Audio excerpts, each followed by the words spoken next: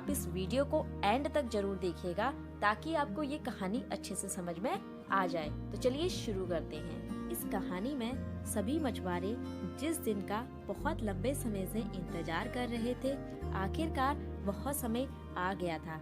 Monsoon का मौसम था और सभी लोग हर तरफ हिल्सा मछली के विषय में ही बातचीत कर रहे थे, क्योंकि मछुआरे विशेष रूप से कोई और मछली नहीं पकड़ते थे, केवल हिल्सा मछली पर ही उनका ध्यान केंद्रित रहता था। यहाँ तक कि बाजारों में भी सभी मछुआरे हिल्सा मछली को ही बेच रहे थे और सभी ग्राहक हिल्सा मछली को ही खरीदते थे, क्योंकि मछुआरे ग्राहकों को लुभाने के लिए छूट भी दिया करते थे। हिल्सा मछली की लोकप्रियता राज दरबार में भी थी। सभी राज दरबारी केवल हिल्सा मछली के विषय में ही बातचीत करते थे।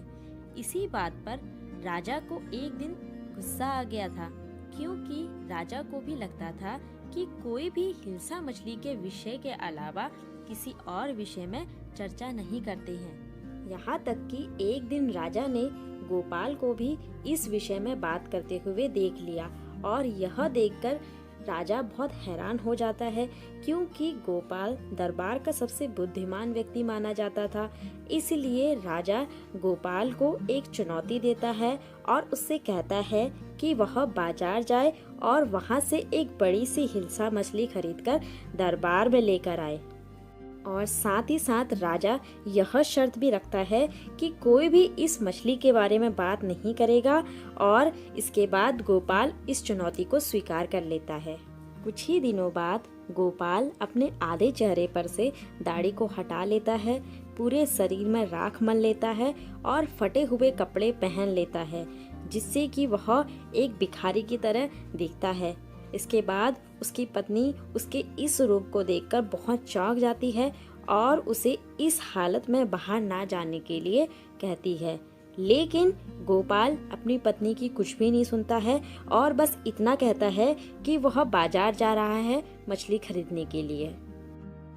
इसके बाद गोपाल बाजार से एक हिल्सा मछली खरीदता है और उसे लेकर महल की ओर जाता है।